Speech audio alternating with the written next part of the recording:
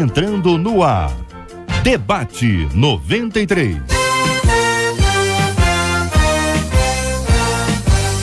Realização 93 FM. Apresentação J.R. Vargas. Alô, meu irmão! Alô, minha irmã! Já chegou J.R. Vargas! Estamos de volta, começando aqui mais uma super edição do nosso Debate 93 de hoje, nesta segunda-feira, dia 2 de maio de 2016. Que a bênção do Senhor esteja aí sobre a sua vida, sobre a sua casa, sua família, seu trabalho, sua igreja. Que a bênção do Senhor esteja com você, onde quer que você vá, onde quer que você esteja. Receba o carinhoso abraço em nome de toda a nossa equipe que já está aqui a postos para te atender, para te receber, para te ouvir. Você liga, você fala com o Debate 93. Fale com o Debate 93. 2461-0093. E-mail debate@radio93.com.br. Facebook Rádio 93 FM. Site www.radio93.com.br. Fale com a 93 pelo WhatsApp 96803-8319. 96803-8319. Acolhemos com muito carinho no nosso Debate 93 de hoje o pastor Ailton Desidério, da Primeira Igreja Batista no Lins. A doutora Marluce Neri é a nossa menina da mesa de hoje. O pastor Marcos Ebenezer, da Assembleia de Deus, Congregação Viegas 712. Também com a gente o pastor Anderson Silva, que é pastor auxiliar do Ministério Sarando a Terra Ferida de Nova Iguaçu, onde teremos hoje um grande culto da 93 FM para a glória do nosso Deus e Pai. Reunimos aqui esse grupo maravilhoso de debatedores para nós tratarmos sobre diversos assuntos. Um deles, uma jovem brasileira que pode ter se integrado ao Estado Islâmico. Ela é paraense. E nós vamos falar um pouco sobre esse assunto porque os jovens europeus já têm abraçado essa causa há muito tempo. Estão pesquisando isso, identificando que razões levam jovens europeus a deixarem seus países, familiares e migrarem por uma proposta como essa que aí está. Muitos homens já foram e a migração de mulheres também, especialmente adolescentes e jovens, tem crescido muito e agora isso chegou ao Brasil. Talvez não seja o único caso, mas esse é um caso que traz aí esse assunto para ser discutido e nós vamos tentar identificar aqui porque alguns jovens se sentem atraídos por esse tipo de vida. Você acredita que seja uma questão religiosa, uma questão política, econômica ou existencial? Qual a resposta do evangelho a essas pressões? Um outro dado, que pelo menos na Europa acontece isso, o Estado Islâmico atrai as pessoas, depois as pessoas voltam e montam células. São células terroristas nos países da Europa. E você viu aquele caso da Bélgica, da França, todos esses casos liderados por células terroristas. Nós vamos tratar sobre esse assunto hoje aqui. Também vamos aqui sobre o perigo de uma pessoa ciumenta. Isso é uma questão recorrente nos nossos dias e nos relacionamentos. Tem gente que é ciumento com amigo, com amiga, com coisa, com objeto, enfim. Não é isso? Agora, existe um caso específico aqui, nós vamos a partir dele, uma menina de 26 anos, ela está internada numa UTI depois de ter sido agredida e asfixiada dentro de sua própria casa e o principal suspeito é o noivo dela. É o que todo mundo diz, é o que a mãe diz, é o que a polícia está afirmando e continua a investigação. A tendência de quem sofre com o ciúme do outro é achar que é amor. O que você acha sobre esse assunto? Tem gente que confunde ciúme com amor? Tem gente que gosta, né? Se a pessoa não sente nenhum ciúminho, eu fico triste. Como entender o ciúme à luz das escrituras? Também vamos tratar sobre passei por muitas coisas ruins na vida e acabei me tornando uma pessoa medrosa, diz aqui uma de nossas queridas ouvintes trazendo a sua opinião sobre esse tema. E ela continua: medo é falta de fé, coragem demais também pode ser ruim. É possível viver um equilíbrio entre coragem e medo? O que fala a Bíblia sobre medo e coragem? Este é o Debate 93 com J.R. Vargas na 93 FM. Pastor Ailton Desidério, bom dia. Eu começo ouvindo a sua opinião sobre esse assunto. Medo, pastor, é falta de coragem? Eu li agora há pouquinho aqui Josué 1:8 e 9, né? Que fala sobre não temer, confiar no Senhor. E aí, pastor, bom dia, bem-vindo. Bom dia, JR, bom dia, irmãos, amigos, debatedores, ouvintes. o medo, ele é uma constituição da vida enquanto um sentimento que auxilia na prevenção. Então, se você vê ou tem conhecimento que está tendo um tiroteio numa rua, você tem medo, você desvia daquela rua. Se você sabe que tem um abismo ali à frente, você desvia daquele abismo. Se tem uma fera à frente, você desvia da fera. Agora, esse medo, então, ele é uma sinalização até saudável.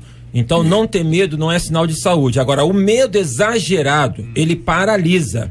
E esse medo que paralisa, esse medo que faz com que a pessoa se feche, se tranque, com que a pessoa não se aventure, com que a pessoa não caminhe. Então, esse medo paralisante, ele é doentio, ele pode ser sintoma de uma questão psicológica, psiquiátrica, e também pode vir a ser sintoma de uma não dependência, confiança em Deus, de descansar no Senhor. A Bíblia fala que o amor a Deus lança fora todo medo. 1 João 4,18. Então, Deus ama, Deus me ama. Eu descanso nesse amor, porque quem ama, cuida. Então, Deus cuida de mim. Doutora Marluce Neri, muito bom dia. Seja bem-vinda à nossa menina da mesa de hoje.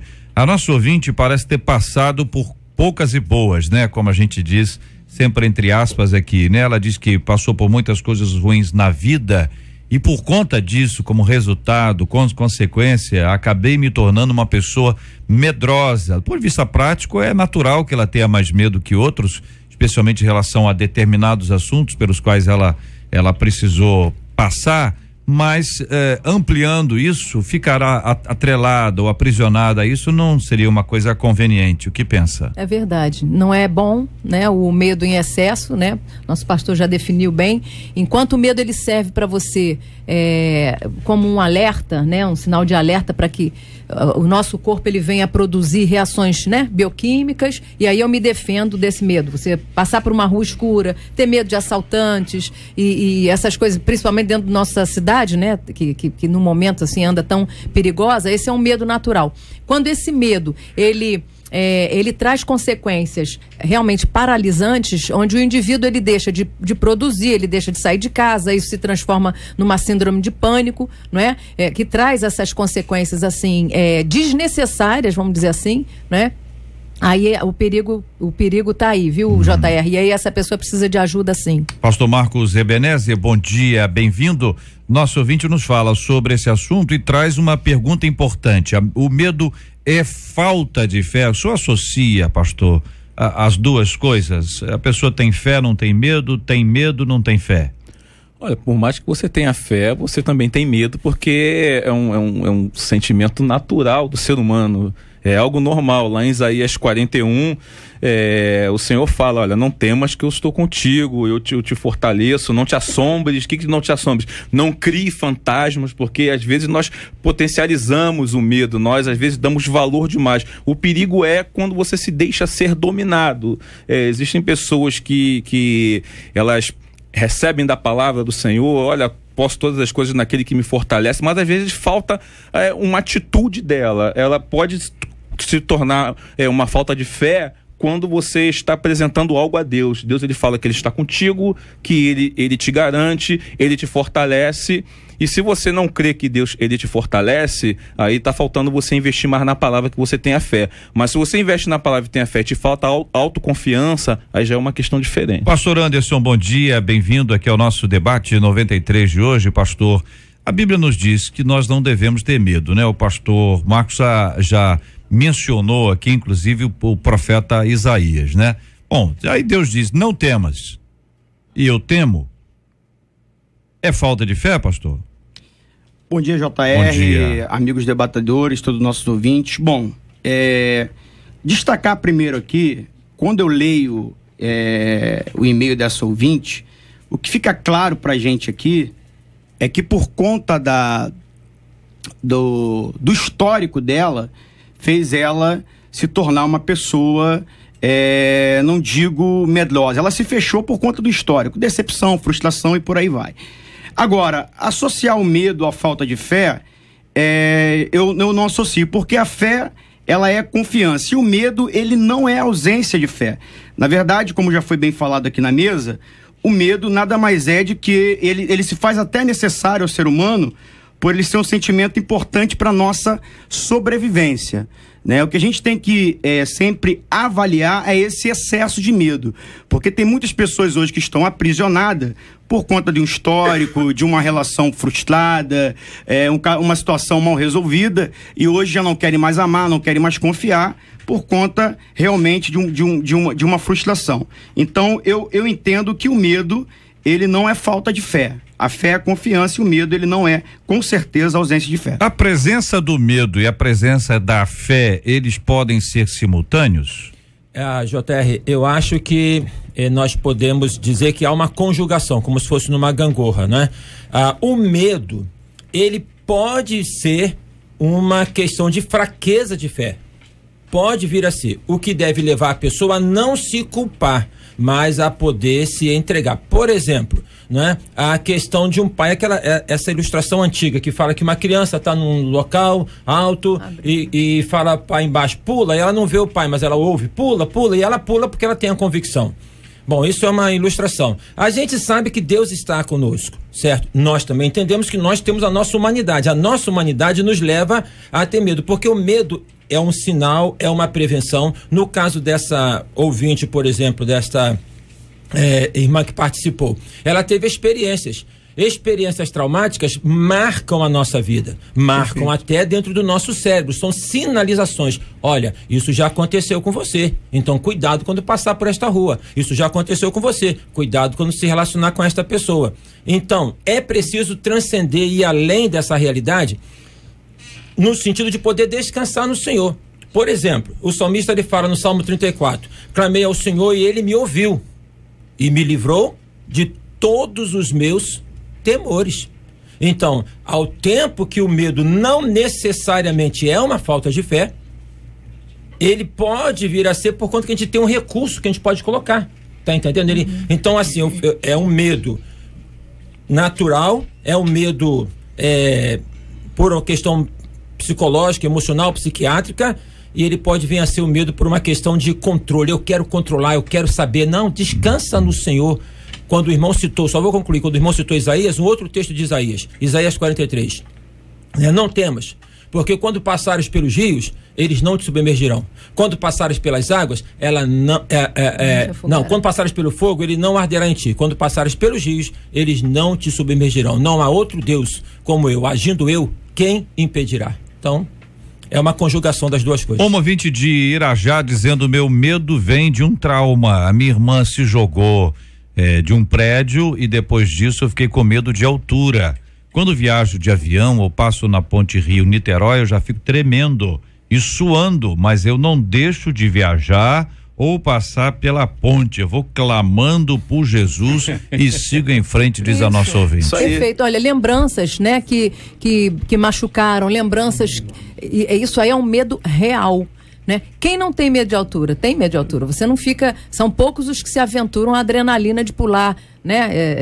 Fazer um esporte, um jumping, uma coisa. Quando você anda ali pela ponte de Niterói, ela realmente balança. Isso te causa um certo, né? Avião. Quem tem medo de avião? Eu tenho medo de andar de avião, mas a despeito do medo, eu ando de avião. Eu fico pensando e lembrando lá de Pedro, né? Pedro deve ter tido medo, porque ele falou assim, quem é que tá aí, né? E ele foi andando, né? Embora tivesse com um pouco de medo, eu acho que primeiro ele usou a sua fé, mas quando ele olhou para a circunstância, todas as vezes que nós olharmos para a circunstância, nós vamos tremer, porque nós somos seres humanos, mas ainda assim o Senhor está lá com a sua mão para poder te livrar, mas ele te livra e te fala, homem de pequena fé. E é importante a gente ressaltar que esse medo, quando ele vai se tornando patológico, é um medo que houve um fato real, que de fato traumatizou e a pessoa paralisou, mas normalmente é algo que ainda não aconteceu. Esse medo que já não é mais real, olha, eu já não estou mais nessa situação do incêndio, mas a possibilidade desse incêndio acontecer, então eu encho a minha mente, né, de coisas futuras. Então esse medo normalmente é futuro. Olha aqui a participação de uma querida ouvinte aqui no nosso Facebook da 93 FM, tem um post O post é assustador, entendeu? O tema, o assunto é medo ali, entendeu? Vocês estão vendo aqui ou não? Conseguindo ver? Olha bem, ele é assustador. Quem tem medo não vai olhar e fala assim, Deus me livre. Então você clica logo, quando você clicar, você sai desse, você já traz a opinião. Mas é porque representa, né? Porque acho que esse olhar aqui é o olhar de quem tá assustado e tá com medo, né? E ficou muito bom, muito forte, muito bom. Bom, aqui o ouvinte dizendo, este debate está sendo muito pertinente no momento em que eu estou vivendo, pois estou passando por alguns problemas de saúde e comecei a desenvolver uma ansiedade muito grande e medo de morrer. Estou fazendo terapia e tomando calmantes, mas minha fé não foi abalada. Todos os dias eu oro pela minha saúde e tenho mais comunhão e intimidade com Deus. Acho que quem tem medo não tem falta de fé. O medo faz aumentar a minha fé, diz a nossa ouvinte. Perfeito. Eu creio que cada caso é um caso e eu concordo com a ouvinte e não tem coisa que seja mais assim constrangedora para uma pessoa que está sofrendo, sentindo dor ou que está com medo, falar assim, confia em Deus. Ué, mas eu não confio? Eu estou expressando um sentimento, estou expressando uma tristeza, eu confio em Deus. Então eu acho que o medo são episódios e o medo da morte é o grande medo que movimenta a vida. Eu acho que todo ser humano, todos nós temos este medo, muito embora tenhamos a convicção da salvação, a gente tem isso que movimenta a vida. O ouvinte aqui, olha, por exemplo, ela conta aqui pelo nosso WhatsApp, o 968038319, 96803, é ela que tá aqui? Então vamos lá. Então vamos falar com ela. Eu ia ler. Ô, ouvinte, bom dia. Bom dia, ouvinte. Alô? E querida, Deus te abençoe. Tô te chamando de ouvinte porque você solicitou que assim fosse. Pelo que eu tô entendendo aqui, você tem medo de dirigir, mas já enfrentou um pitbull para defender o seu filho. Exatamente. Você é corajosa, Bessa, ouvinte. Olha. Hein? Um pouco. A história do pitbull, como é que foi? Olha, eu tava descendo com meu filho, então o pitbull tava assim, um portão de garagem aberto e o pitbull deitado. Sendo que passou um senhor na minha frente, ele não fez nada. Eu passei também, ele não fez nada. Na hora que meu filho vinha atrás, que passou, ele foi pra cima do meu filho, eu voltei, fui pra cima dele com a bolsa. Aí ele... Alô? Eu fiquei pensando, Jesus, se esse pitbull realmente vai pra cima de mim, o que seria de mim? Então o Senhor mesmo, né? Eu acho que Deus teve pena do pitbull, porque o jeito que você foi brava, hein? Você foi com a bolsa pra cima dele. Seu filho com quantos anos, ouvinte? Caiu. Já tava ruim. Será que foi o pitbull? Não. Hein? Foi o pitbull? Bom, a outra ouvinte aqui nos traz a seguinte questão. JR, eu fui traída no meu casamento. Hoje eu sou refém do medo, não consigo confiar em ninguém, não consigo namorar, pois sempre penso que vou ser traída novamente. Isso é que a gente falou aqui no início, JR. É aquela questão da pessoa ter passado por uma experiência dolorosa e ela não se abrir mais para isso, né? No caso da ouvinte foi uma questão amorosa, mas tem questão de amizade, quando vem a frustração, e isso gera um trauma, né? Mas eu quero dizer pra irmã que não é porque deu errado a primeira vez, a segunda, a terceira, tem que dar errado também.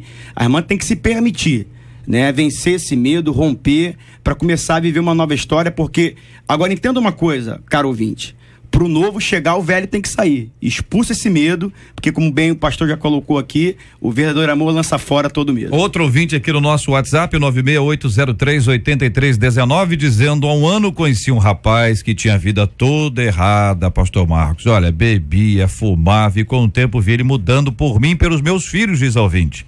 Hoje ele diz que quer mudar mais e tem sentido vontade de ir à igreja, tem até lido a palavra. O meu medo é que essa mudança não seja real, verdadeira, e ele me pediu em casamento, mas eu não quero ter um lar dividido, conta ao ouvinte. O que eu posso dizer para essa ouvinte, lá em Hebreus 13:6, diz que o Senhor é quem me ajuda e eu não vou temer o que me possa fazer o homem. E a vida não dá garantia para ninguém. Que garantia você tem? Que garantia que você tem que amanhã você vai estar com vida? Que garantia você tem que você vai poder chegar em casa? Eu quero até ter cuidado de falar que tem gente que vai ficar até com medo de sair de casa. Mas esse caso de ter medo de enfrentar um novo relacionamento, a verdade eu endosso o que o pastor Anderson falou aqui. Para você receber o novo, você tem que retirar o velho. Enquanto você não conseguir vencer esse sentimento, esse trauma emocional, você não vai conseguir ter liberdade, estar livre, com o coração em paz para receber esse novo relacionamento. Só para explicar, porque essa frase é boa, entendeu? Para receber o novo tem que tirar o velho. Eu já entendi. Bom, pastor Anderson, explica o sentido da frase aí. É o novo não, e é o velho. romper padrões antigos. Exatamente. Né? Pode ser que alguém, doutora, alguém falando assim, olha, bem que eu tava querendo trocar esse velho por um novo. Pelo amor de Deus. O contexto não é esse. Não é esse, gente. O contexto não é esse.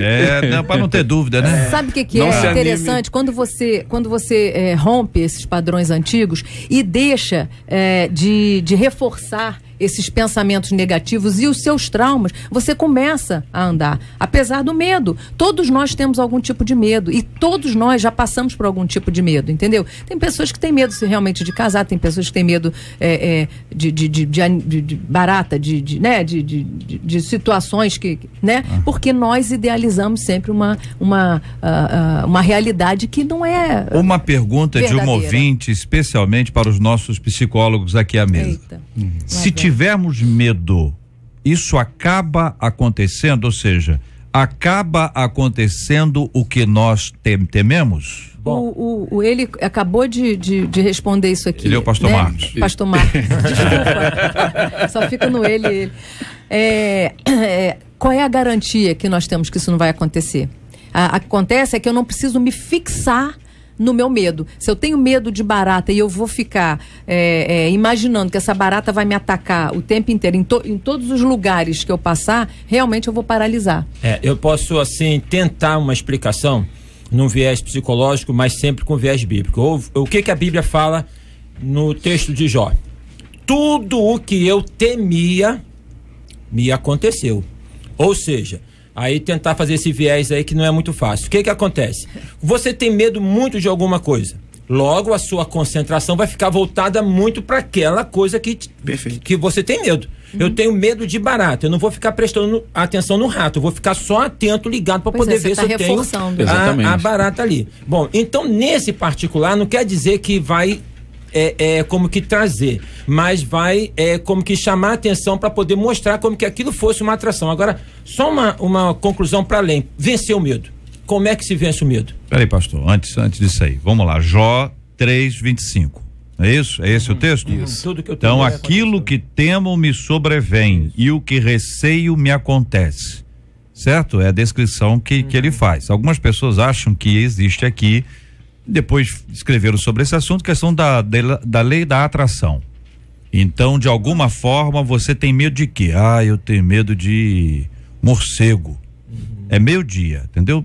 Tá? Meio-dia, calor, céu azul, clarão, eu tenho medo de morcego. Passa um pássaro, tá certo? Passa um urubu, só morcegão.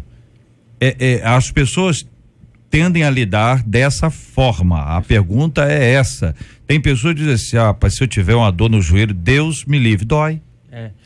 Ou não é? Não acontece isso ou não? Acontece, porque a mente, ela está impregnada dessa imagem, né? E aí, por ela estar impregnada desta imagem, nós sabemos que o globo ocular, ele detecta a imagem, mas a mente interpreta. Então, por ela estar contaminada por uma imagem, aquilo que ela vê, ela interpreta equivocadamente. Então, faz com que, por exemplo, no exagero, como você colocou, confunda o morcego no meio-dia, confunda o urubu no meio-dia com o morcego. Ou seja, não tem, por estar contaminado, aquele senso. Mas não pode ser, não é isso. Ser, entendeu? Então, tá. Informações, né? Está bem informado que um morcego ele não vai voar durante o dia.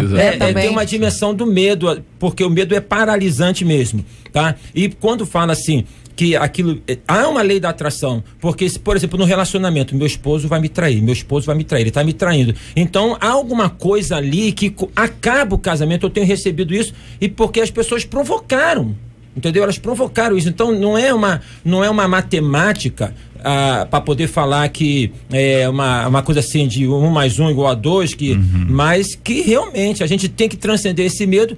Que meu filho vai ser... Não, transcende esse medo. E como é que transcende esse medo? Numa relação de descansar no Senhor. Aquietai-vos e saber que eu sou Deus. Não é um exercício único, é um exercício contínuo. Agora eu poderia falar sobre como vencer o medo?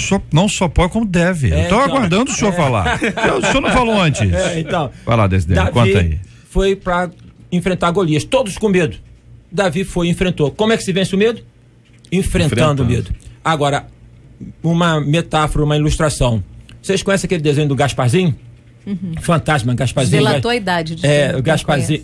Gasparzinho, Fantasminha, Camarada. Você não conhece, não, José? Acho que eu não era nascido. Acho que eu não era nascido. Não é da minha época, não, pastor. Não é da minha época. Eles estão sempre reapresentando. E como é que é, irmã? Ghost, né? Ghost, Fantasminha. O Fantasminha. Então, o que tem por debaixo do lençol do Fantasminha? Nada. Como é que se vence o medo, que é um fantasma? Puxa o lençol do fantasma. Não tem nada. Deixa eu perguntar uma coisa a vocês. Vários ouvintes aqui relatando que tem medo de tiroteio. Também tem. Quem não tem. Como é que vence o medo do tiroteio? Pois é, a questão é você não dá para tirar o lençol. Mas você não precisa ir para uma zona de conflito. Por exemplo, eu trabalho numa comunidade. Precaução. Qual é? Sim, precaução. Né? Por exemplo, nós temos um trabalho dentro de uma comunidade. Sabe que a comunidade está em conflito. Você não deixa de fazer o trabalho, tá? Mas também não precisa paralisar diante do medo. Você vai tomar suas precauções, não é? Quando você fala do processo de você vencer o medo, a primeira coisa o nosso pastor já colocou aqui, que é você não resistir. É o medo. Você admite, eu tenho medo. Segundo passo aqui é não reagir ao medo. Né? Eu não preciso estar obedecendo ao meu sinal de alerta o tempo inteiro, senão eu vou ficar ansioso, né? O tempo inteiro em alerta, né? Refém, né? Muito temor, muita ansiedade, né? Eu viro uma pessoa neurótica por conta disso. Sim. Então, assim, medo de tiroteio, eu tenho medo de tiroteio. Eu posso evitar a zona de conflito, né? E pedir, aí entra a fé. Né? Porque caiam 1.000 ao teu lado, 10.000 à tua direita, mas tu não serás atingido. Senhor, eu não vou lá de peito aberto, dar peito à bala, não é assim que se fala? Mas eu posso crer que o Senhor está comigo quando eu entrar na minha comunidade, quando eu entrar na minha casa. E é importante também a gente saber buscar o equilíbrio entre a coragem e a imprudência. Tem pessoas que confundem, né? Sim. Coragem com imprudência. Falar hoje de tiroteio Rio de Janeiro é uma coisa... Qualquer lugar, né, pastor? Em qualquer lugar, mas sobretudo Rio de Janeiro, né? Onde nós estamos aqui. Foi uma coisa natural. Então, assim, a gente tem que avaliar o risco, calcular o risco, né? Qual é a possibilidade que eu tenho de enfrentar um tiroteio estando em minha casa ou saindo para uma zona de risco, a chamada famosa faixa de Gaza que temos hoje dentro do Rio de Janeiro. Então nós temos que calcular, todos os nossos passos têm que ser calculados e jamais confundir a coragem com a imprudência, porque tem muitas pessoas aí que estão sendo imprudentes, mergulhando de cabeça, errando, metendo os pés pela mão e batendo no peito falando que são corajosos. Coragem é uma coisa, imprudência ainda usam a Bíblia para isso. Pode passar, porque 1000 cairão ao teu lado, 10.000 à sua direita. Deus é nosso refúgio e fortaleza, pode passar. Agora, se a pessoa tiver que, para trabalhar, por exemplo, passar na faixa de Gaza, milhares de pessoas todos os dias. A faixa de Gaza existe. O Rio de Janeiro tem um lugar chamado faixa de Gaza. Então as pessoas passam ali, ou seja, o risco, ele acontece, mas não será maior do que a confiança em Deus e a prudência. Sim. Vocês estão colocando, pelo menos o que eu estou entendendo aqui o tempo inteiro, junto com a confiança em Deus, existe a prudência, quer dizer, não tentar ao Senhor. Foi uma das tentativas que o diabo fez para derrubar a Cristo. Ele falou: não tentarás ao Senhor teu Deus. Ou seja, você não vai chegar lá e vai... Não é isso, pastor Marco? Olha, eu vou ali porque aí o seguinte, não vai me atingir. Exato. Salomão ainda fala que o prudente, ele vê o mal e ele foge, ele se afasta, mas o insensato tenta enfrentar e acaba sofrendo uma tragédia. Aí quando você fala em medo, você fala em dificuldades como essa, você imagina por que uma jovem brasileira pode ter se integrado, por exemplo, ao Estado Islâmico, que é uma questão real. O que você acha, ouvinte?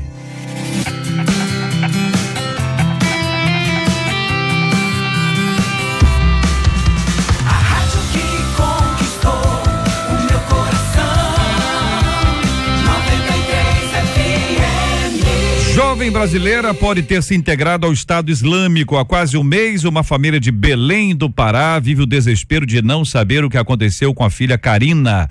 No dia 4 de abril, ela saiu de casa dizendo que ia para a faculdade de jornalismo. Nunca mais voltou. Uma série de pistas fez a Polícia Federal entrar no caso. A Divisão Antiterrorismo da Polícia Federal abriu inquérito para apurar se o desaparecimento da jovem de 20 anos pode ter relação com extremistas islâmicos.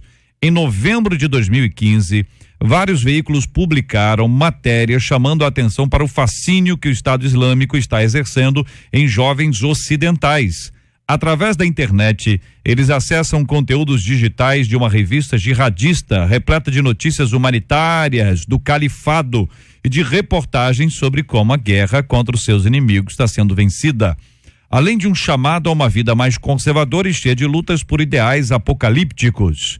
Só na Grã-Bretanha, mais de 700 jovens foram se juntar ao exército do Estado Islâmico. Há voluntários também de países como Alemanha, Espanha, Holanda, Estados Unidos, Chile, Turquia, Líbano e Brasil. Por que alguns jovens se sentem atraídos por esse tipo de vida? Você acredita que seja uma questão religiosa, política, econômica ou existencial? Qual a resposta do Evangelho a essas pressões? Eu pergunto aos nossos ouvintes, ouvindo inicialmente os nossos debatedores. JR, eu já parto do princípio seguinte: ensinar o filho no caminho que deve andar, para quando for velho não se desviar dele. A base da família, né? Embora a despeito do sofrimento dos pais, que a gente tem que orar realmente por esses pais, né? Que estão em sofrimento nessa família, mas assim, eu vejo essa base de fé. E o que acontece? Uma menina de 20 anos que não tem ali aquela base, não estou julgando, eu estou aqui levantando hipóteses, não conheço na íntegra, tá? Os jovens, eles precisam de grupos onde eles se sintam acolhidos, onde eles possam lutar por ideais. Essa idade é uma idade assim perigosa, porque quando o adolescente ele não tenha assim um objetivo, não, eu estou servindo o meu país, ou então eu estou estudando para eu ser, sei lá, fazer uma profissão assim, ou então eu tenho um grupo lá na igreja que a gente faz determinado trabalho. Então assim, é muito difícil essa idade, ela é uma idade onde esses jovens, eles precisam ser acolhidos, e essa mentezinha deles precisa disso. Não é? E eu vi ontem na reportagem, uma reportagem na televisão, ela se converteu ao islamismo. Ela estava ali naquele templo, né, nessa cidade, e ali ela fez a confissão de fé dela. Então, assim, é um passo, uma brecha que se abriu ali para essa menina ter sido atraída por esse tipo de religião, enfim, consequência, eu acho, né? A consequência aí da brecha realmente dos pais não estarem. Porque desaparecer sem deixar vestígio, se estivesse fazendo alguma coisa certinha, os pais iam saber, não, minha filha, você vai, é isso que você quer. Não, foi tudo escondido, né? Provavelmente, talvez tenha até se apaixonado, né? Ou se envolveu com algum rapaz, alguma coisa assim, não sei. E o fato é que ela foi escondido, tudo foi feito às escondidas, né? Mas isso é bom ressaltar, JR, porque ali ela se converteu como é que se diz? O islamismo pelo consentimento dos pais. Ela está ali no islamismo, embora os pais não sei que religião seja, mas ela fez essa opção. Tomar cuidado realmente assim com a questão da religião islâmica, porque é a questão do extremo, né, desta religião, que extremos existem tantas outras, e o jovem vai por ideal, vai por utopia. Isso. Vai pela questão de querer mudar, de transformar, também vai pela revolta. E desculpa, rapidinho, eu anotei aqui, o que o seu filho está vendo na internet? Entendeu? Esses jovens, eles estão muito sem tempo, mas tem tempo ali para estar pesquisando essas coisas. Foi atraído também por isso. Mas uma questão de controlar o que uma jovem de 20 anos vê na internet é praticamente impossível. Se colocar até que com menos idade Sim. direito dos pais fazerem isso, né? Mas já é difícil. Então acho que realmente tem que ter essa base, e o evangelho é maravilhoso, porque o evangelho dá uma outra utopia. O evangelho é interessantíssimo quando nós lemos o Sermão do Monte, que começa ali tem um relato mais extenso em Mateus, e que começa com as bem-aventuranças. É interessantíssimo isso, porque todos estavam ali buscando um Messias de transformação. Ele fala assim, é totalmente ao inverso desses valores que vocês estão procurando. Então o evangelho, mudando o coração do jovem e do homem, ele dá uma outra utopia. Agora, o que os jovens procuram? É justamente essa questão de poder querer transformar a sociedade pela via da força, né? É a questão da violência, que eles se acham vítimas da violência e acabam usando, e infelizmente, por serem jovens e incautos, não entendem que sistemas manipulam, não somente este, né? Mas outros sistemas como este manipulam para poder tirar. Aí pegam as pessoas, o cara se explode lá, mas o chefão tá lá usufruindo de tudo que ele tem. É verdade. Mas o outro se explode lá. É verdade. Dentro de tudo que a doutora falou, o pastor também, eu concordo também no que diz respeito à questão da aceitação, né? Os jovens, a cada momento, a todo instante, ele procura ser aceito. Ele quer ser aceito, né? Ele procura isso. Ele tem essa dificuldade, essa necessidade, na verdade, de ser aceito. E, sobretudo no Brasil, que diz o Brasil, essa questão do Islã, né? A gente estava falando ali fora mais cedo, com o pastor conversando, que a gente está debaixo de uma onda de terror, né? Tem a Olimpíada chegando aí, as autoridades estão em alerta, mas tudo que é novo, a questão de novidade, ela gera fascínio, ela atrai. E o jovem, ele é levado por isso, né? Sonhador. Então, mesmo que seja uma coisa errada, é o que está na crista da onda hoje. Então, ele quer saber, ele quer procurar, ele quer se envolver. E muitas vezes, por conta dessa falta de base, muito bem colocada pela doutora, que não existe dentro da casa, porque tudo começa dentro do lar. Na verdade, nossos filhos são o reflexo dos pais. Essa é a grande verdade, né? E a gente só dá aquilo que a gente tem. Então, o que os nossos filhos têm recebido dentro dos lares? Essa é a primeira interrogação que nós temos que fazer também aqui. Exato. O censo do IBGE, em 2002, ele divulgou que, em 2010, havia cerca de 30 mil praticantes do Islã aqui no Brasil. Já a Federação de Associações Muçulmanas aqui no Brasil disse que o número em 2010 estava em 600 mil e em 2015 poderia passar de 1 milhão de participantes.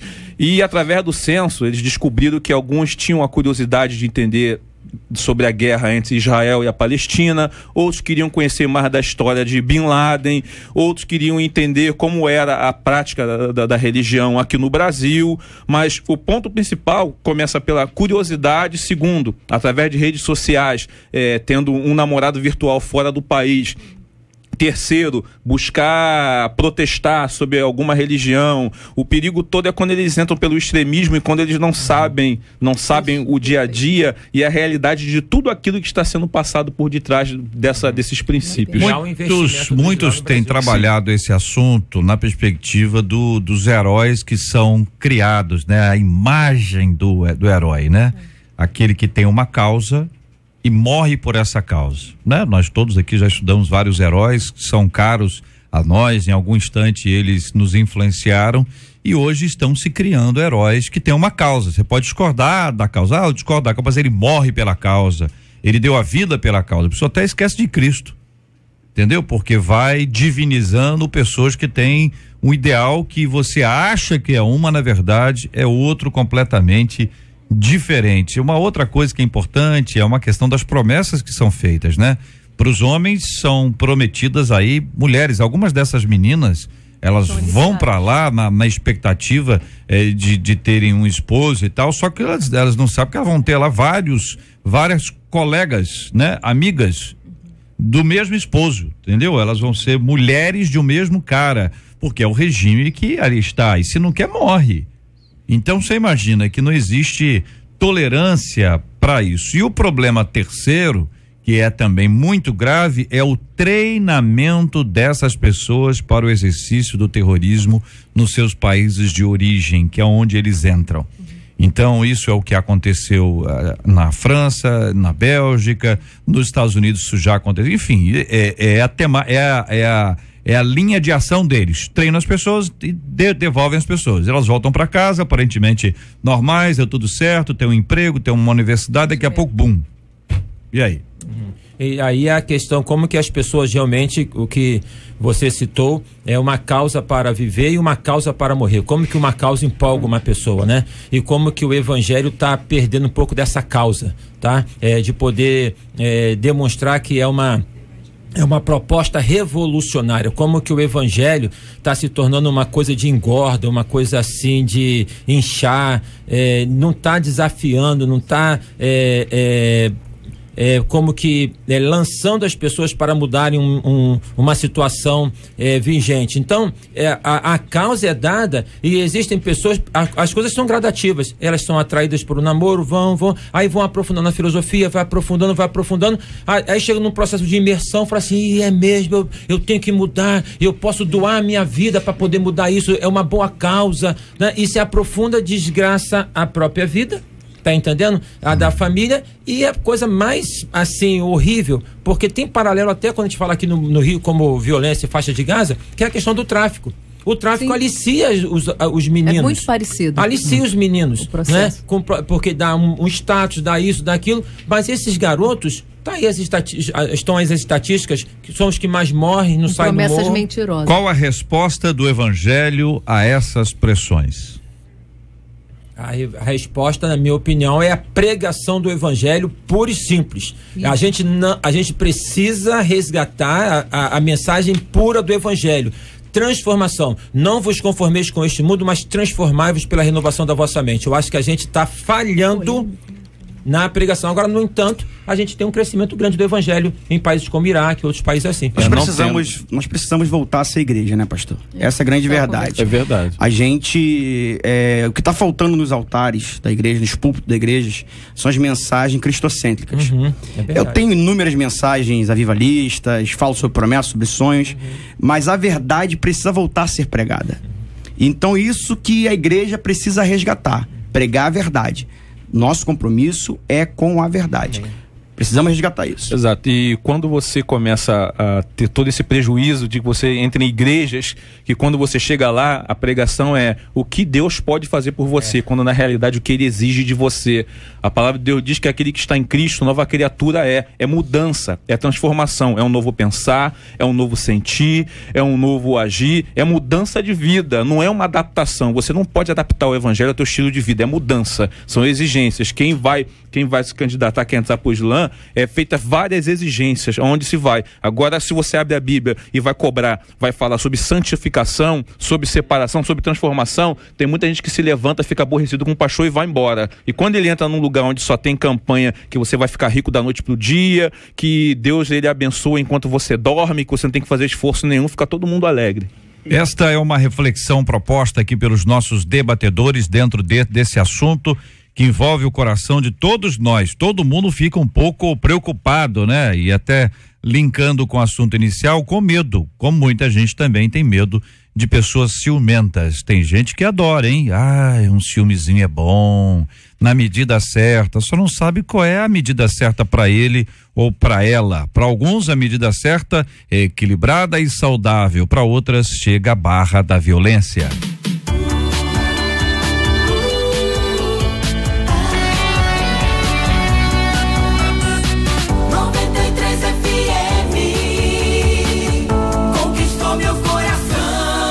Um mês após ser agredida e asfixiada dentro da própria casa, a jovem Caroline Cunha Alves, de 26 anos, segue internada na unidade de terapia intensiva de um hospital de Santos. O noivo da vítima é o principal suspeito de ter cometido o crime.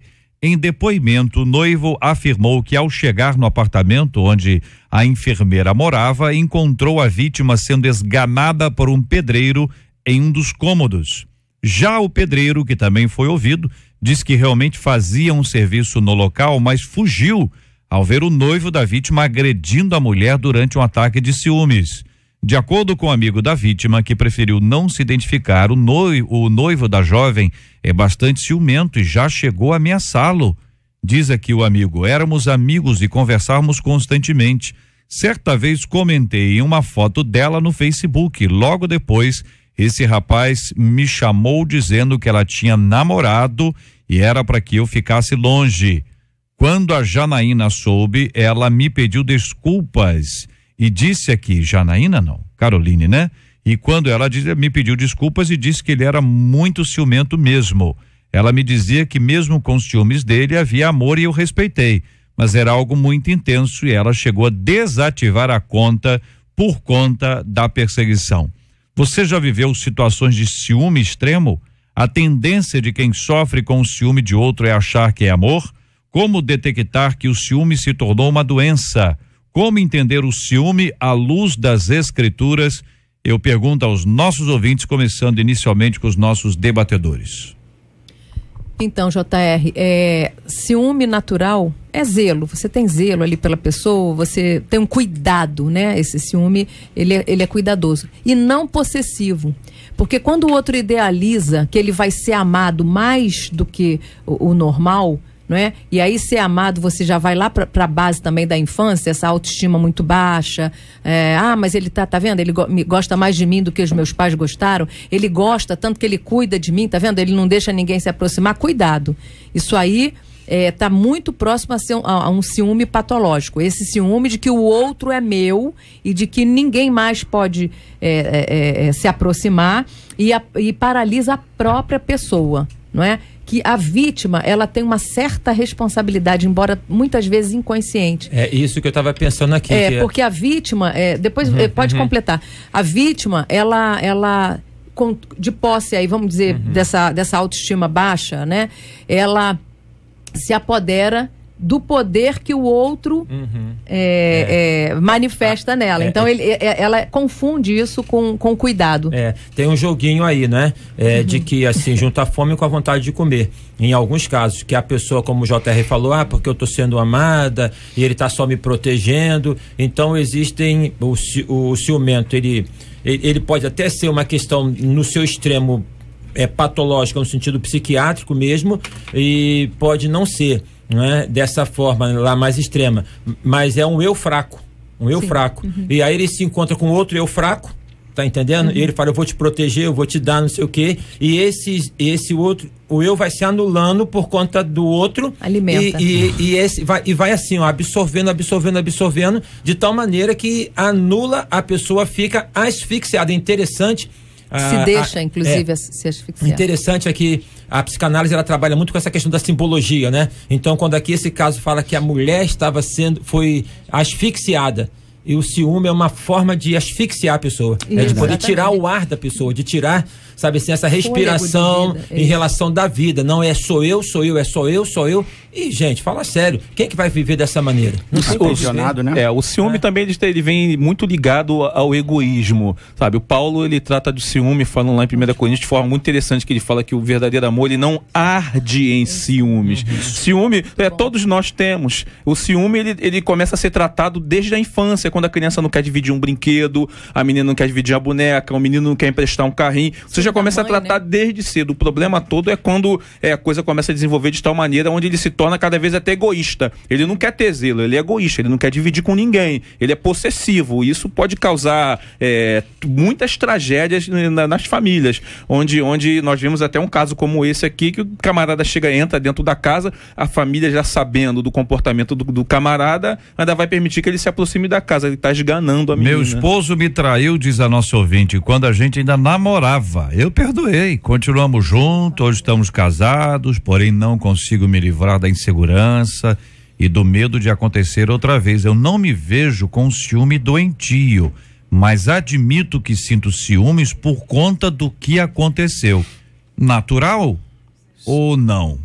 Sim. São sentimentos misturados, né? Pode falar. Sim, eu acredito que sim, porque na verdade foi o que ela passou, né? Gerou esse trauma e aí gera a questão da insegurança. No que tange o ciúme, eu acho assim que tudo em excesso ele é ruim. A doutora colocou muito bem aqui que o ciúme ele é zelo. Ponto.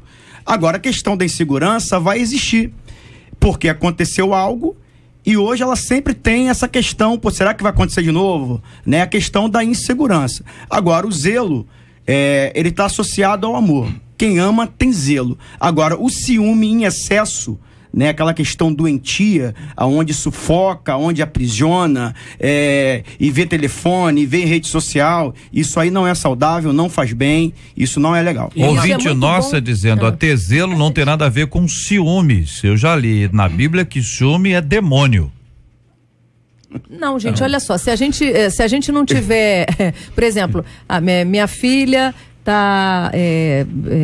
se comportando de uma forma, sei lá, inadequada, que está trazendo, vamos dizer assim, insegurança em algum momento. Vamos dizer assim, eu atendo, por exemplo, casos de pais separados, por exemplo, quando a filha precisa se relacionar com esse pai, porque agora tem alienação parental, aquela coisa toda. Só que esse pai ou essa mãe causa prejuízo para esse filho. O filho vem deprimido, né? Porque e uma série de coisas. Então a mãe às vezes manifesta um certo ciúme, mas é um ciúme com zelo, né? Minha filha, olha só, você pode, mas olha, toma cuidado com isso, com aquilo. Então esse ciúme é um ciúme cuidadoso. Claro que a gente precisava de mais tempo aqui para falar. Agora eu queria botar uma coisa muito interessante sobre essa questão do ciúme, que o JR colocou do primeiro caso, são os sinais. Fiquem atentos aos sinais. Quando esse homem ou essa mulher começa a empurrar você, a pressionar você para um canto onde ele quer viver a sua vida, isso é um sinal, né, de que esse relacionamento não pode ir para frente. Pastor Desidério, um ouvinte diz aqui: JR, eu confesso que eu tenho um pouquinho de ciúmes em relação ao meu marido e fiquei um pouco chateada quando ele disse que não sente ciúmes nenhum de mim. Tem uma questão aí do mundo masculino e do mundo feminino, minha irmã. O homem tem uma cabeça quadrada, entendeu? Que não quer dizer que todo homem é nordestino.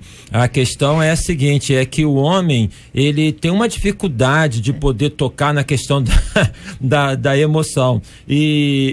Uma mulher ciumenta, ela tem muita complicação. Agora, o homem ciumento é muito violento. Então, você até assim, não posso falar do caso aí, mas até, de certa maneira, agradeça a Deus e entenda que esse homem, seu esposo e o homem em geral tem uma dificuldade de expressar esse sentimento. A gente tem uma certa dificuldade de falar assim. Ele tem inclusive cuidado com ela, né? Não precisa ser na base de ciúme. Mas é porque o ciúme dela é tão intenso nesse caso aqui que abafa o cuidado do outro, entendeu? Ele se sente extremamente seguro, né? Nesse caso. Mulheres que são ciumentas, olha, elas destroem maridos, elas não deixam eles se relacionarem com a família de origem, não deixam se relacionar com ninguém. Até dentro da igreja, essa mulher, ela se torna uma mulher rixosa e ela é prejuízo para onde quer que passe. Interessante, ela pode estar assim, mas eu vi você olhando para aquela mulher lá, aquela irmã, sei lá, e aí o esposo nem estava olhando. Exatamente. Mas quando ela foi o que ele viu, ele olha. Despertou. E aí Ouvinte dizendo: estou vivendo isso, não sou uma pessoa ciumenta, porém, pastor Marcos, ela conta, meu namorado fica criando situações para que eu tenha muito ciúme, pastor Anderson. Aí eu pedi para ela exemplificar. Conta como? Aí ela me contou. Trocando olhares com mulheres, flertando, escondendo o telefone, mentindo. Bom, se tudo isso, ouvinte, que você descreve é real, eu sairia desse namoro. Na hora. Com certeza. Esse namoro não serve, esse homem não serve pra você. Porque o que acontece? O homem é tão inseguro que a pessoa que é ciumenta, uma característica, pode reparar, ela é altamente, essa pessoa, insegura. Ela não tem certeza do que ela não tem uma identidade firmada, as referências dela são fragilizadas, né? Em algum momento da vida dela, nem vou levar isso pra infância. E um relacionamento desse, onde um homem ou uma mulher fica com esse jogo psicológico, aí eu vou olhar para ela poder ter atenção para mim. Minha irmã, o que o olho não vê, o coração não sente. Se você está na igreja, você foca no Senhor, foca na tua vocação, naquele chamado que Deus te deu e deixa esse homem de lado. Verdade. O grande problema, sabe o que acontece? É que já existe sinais que esse namoro não é um namoro saudável. E o ser humano, ele tem a tendência de investir naquilo que não é saudável. Apostar, Se o namoro não é saudável, esse noivado não vai ser, e o casamento vai ser uma tragédia. E sabe por quê? Porque ele acha que vai mudar o outro. Exatamente. Ninguém vai mudar ninguém. Só colocar um adendo aí. Quem é que diz que o olhar dele é questão de ciúme? De repente o cara tem uma questão de caráter aí que a pessoa está interpretando errado. Exatamente. É tão sério, tão grave, que tem pessoas que têm ciúme até da família. Tem gente que casa e quer retirar o outro da família. Se a esposa vai na casa da mãe, vai passar o dia com as amigas, com as irmãs, ele já fica de cara feia. O marido, tanto o marido quanto a esposa. Pastor. Aqui em Provérbios 27, fala que Cruel é o furor e impetuosa a ira, mas quem poderá resistir ao ciúme? E pior é o homem ou a mulher que se submete a isso. Porque você, como sacerdote da sua casa, você tem referência assim, olha, vou estar com fulano, te amo, tenho dado prova disso, entendeu? O fruto do meu comportamento é esse, mas eu não vou desfazer os meus laços afetivos por conta de um ciúme doentio. Tem homens e mulheres que se anulam por causa disso. Exato. Ouvinte participando conosco por telefone diz, olha, minha irmã casou com um rapaz que era ciumento de forma doentia. Ele quis separar e foi para casa da minha mãe. Aliás, ela quis e foi para casa da minha mãe. Ele foi para lá, ele a pegou, levou para casa deles e a matou. Meu Deus. A facadas, deixando a família traumatizada.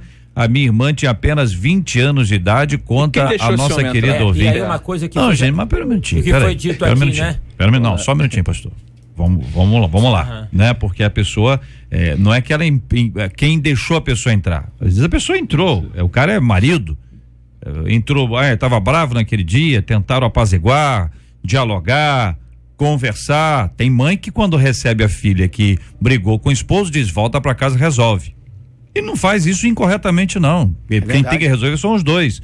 Mas considerando a personalidade doentia de uma pessoa, que existem sinais que as pessoas estão vendo, ao mesmo tempo que é complicado, porque isso não é uma ciência exata. Não é porque o cara tem cara de bravo e jeito de bravo que ele vai ser bravo. Às vezes o cara entendeu? E tem gente que parece pacato, tranquilo, de repente dá um gatilho ali, dispara alguma coisa nele. Quando eu fiz estágio no hospital psiquiátrico, o doutor falou o seguinte: não fique muito preocupado com esses que estão gritando, falando que é Deus, que é Nero, que é isso. Agora preste muita atenção, dê muita atenção para os que estão bem quietinhos, né? Eles têm uma coisa. Agora, uma coisa importante, gente, não despreze os sinais. Uma dorzinha aqui, uma dorzinha ali, não é nada, pode ser uma coisa grave. Então no namoro, era assim, não despreza os sinais, porque se namorar é para poder entender, conhecer, você despreza o sinal, pensando que vai ser depois, não dá certo. Outra coisa, manifestação de ciúme contundente, põe a barba de molho, e se for agressão é polícia, porque é questão de sobrevivência da vida. Nosso carinho à família que 20 anos após vive essa luta e essa dor e essa angústia e essa saudade, naturalmente promovendo várias perguntas, mas que numa hora como essa o que nós precisamos é do consolo da parte de Deus, e fica aí. Querido ouvinte, o seu depoimento é um aviso, o seu depoimento é uma denúncia para que outras pessoas não passem pela mesma dor, embora possam estar presentes e vigilantes, mas ainda assim é possível. Uma ouvinte diz aqui pelo WhatsApp: JR, meu namorado ficou com ciúme porque eu vesti o short do meu genro para tomar banho de borracha, né? Mangueira. Ele disse que com ciúme, ele ficou com ciúme. Ela disse o quê? Ele ficou com ciúme porque disse que eu não podia vestir a roupa de ninguém. Ouvinte. Deu mole. Ouvinte. Não vai vestir roupa de outra pessoa, principalmente de homem. Isso produz uma intimidade desnecessária. Pode não ser absolutamente nada, você está vendo a vida de uma forma muito linda, doce e ensolarada, mas algumas pessoas podem ter uma outra interpretação. Não é isso? Pode não, seu namorado pode ter exagerado, mas por outro lado, você não precisava ter feito isso. Tem uma frase que diz que a mente humana é terra por onde ninguém anda. Você não sabe o que está passando na mente alheia. Então é bom você não provocar. Aquilo que você puder ter vigilância. Quero agradecer a vocês que falaram com tranquilidade e sobriedade sobre a questão do ciúme. Todos nós temos que estar atentos aos sinais e às evidências.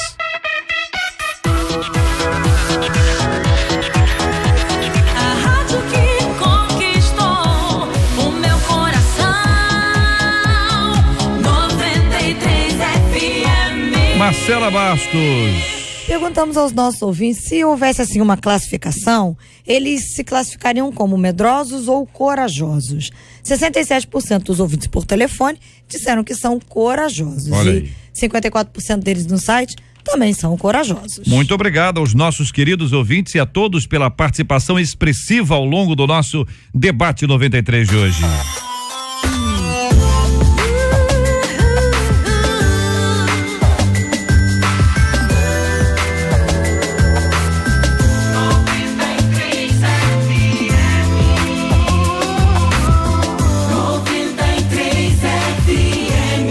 Muito obrigado a você, ouvinte amado, participando conosco, e especialmente aos nossos debatedores do programa de hoje, o pastor Ailton Desidério. Um forte abraço, querido. Um abração, JR, ouvintes, um abração. Um abraço para a irmã Senira, diaconisa da igreja, que fez aniversário ontem. E oração para o irmão Biratã, que está com a saúde tão abalada pela esposa Jôce e pela Natália. Deus abençoe vocês. Doutora Marlúcia, obrigado, um abraço. Um beijo aos ouvintes, né? E obrigada pelo convite. Um beijinho pra Tatá, que tá aqui com a gente. E um grande abraço pro nosso coral Vozes em Louvor. Um beijo aí pra todo mundo. Muito obrigado, pastor Marcos Ebenezer. Muito obrigado, JR. Foi um prazer estar aqui, todos os amigos debatedores. Eu quero deixar um abraço aqui pro meu amigo, o pastor Alexandre, lá da Igreja Evangélica Pão da Vida, em Curicica. Nós estivemos lá no sábado ministrando num congresso Transformados para Transformar. Foi uma bênção.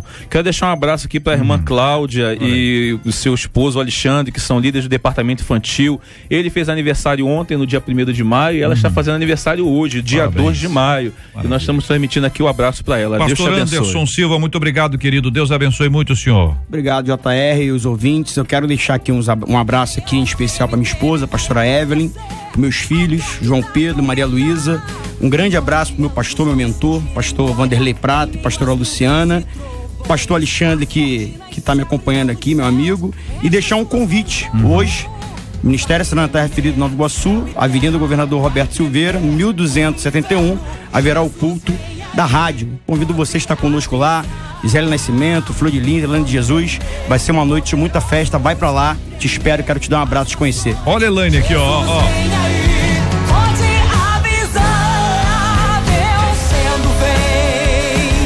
Elaine de Jesus vai estar cantando, vão ter também a presença da Flor de Lis. Olha a Flor de Lis aí, ó. Tá julgando o meu final, esquecendo que o meu Deus é um Deus.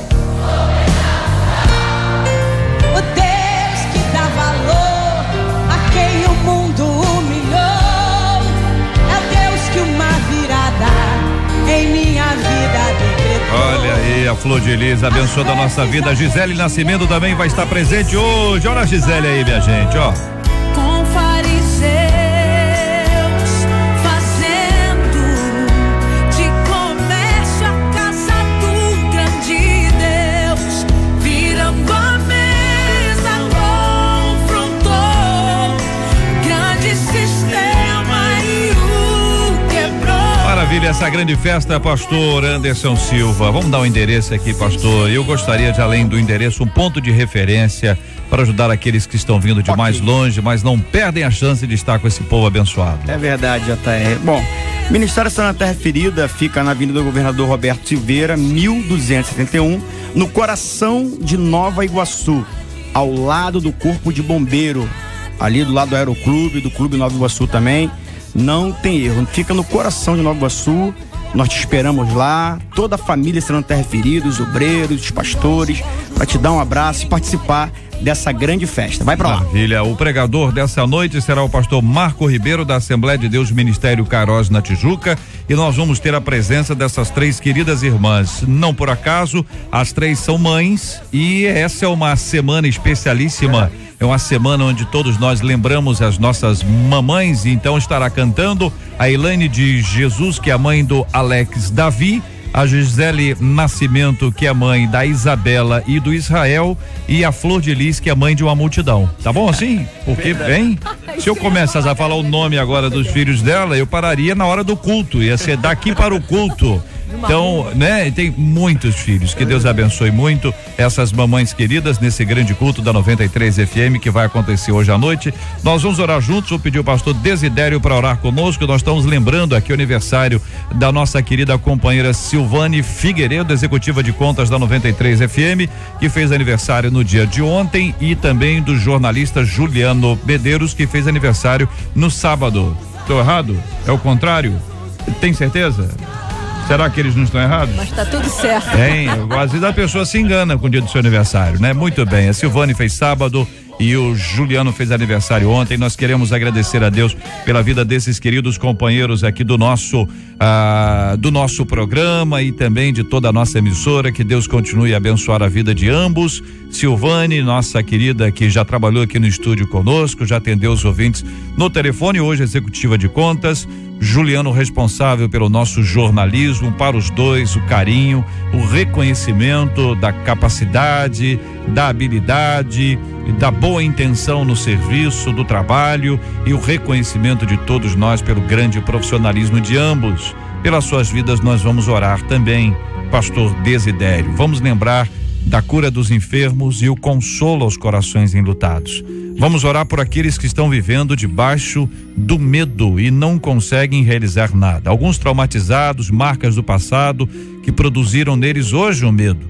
Outros estão enfrentando essa dificuldade, confiando plenamente no Senhor e reafirmando a sua fé e a sua dependência em Deus. Vamos orar pelas famílias que estão envolvidas e amedrontadas pela questão do Estado Islâmico.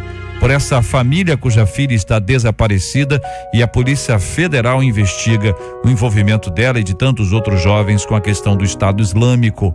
Da mesma forma, gente que se relaciona com pessoas muito ciumentas. Pessoas como a nossa ouvinte que perdeu uma irmã por conta de um homem ciumento.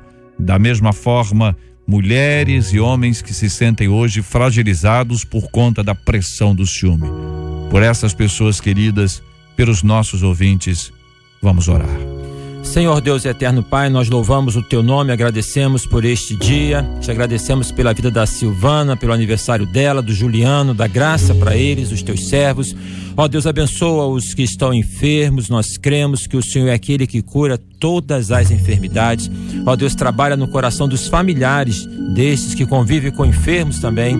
Ó Deus, abençoe as pessoas que vivem aprisionadas em seus medos, em suas angústias. Dá, ó Pai, libertação para elas, dá clareza para elas, ó Pai, areja o coração delas.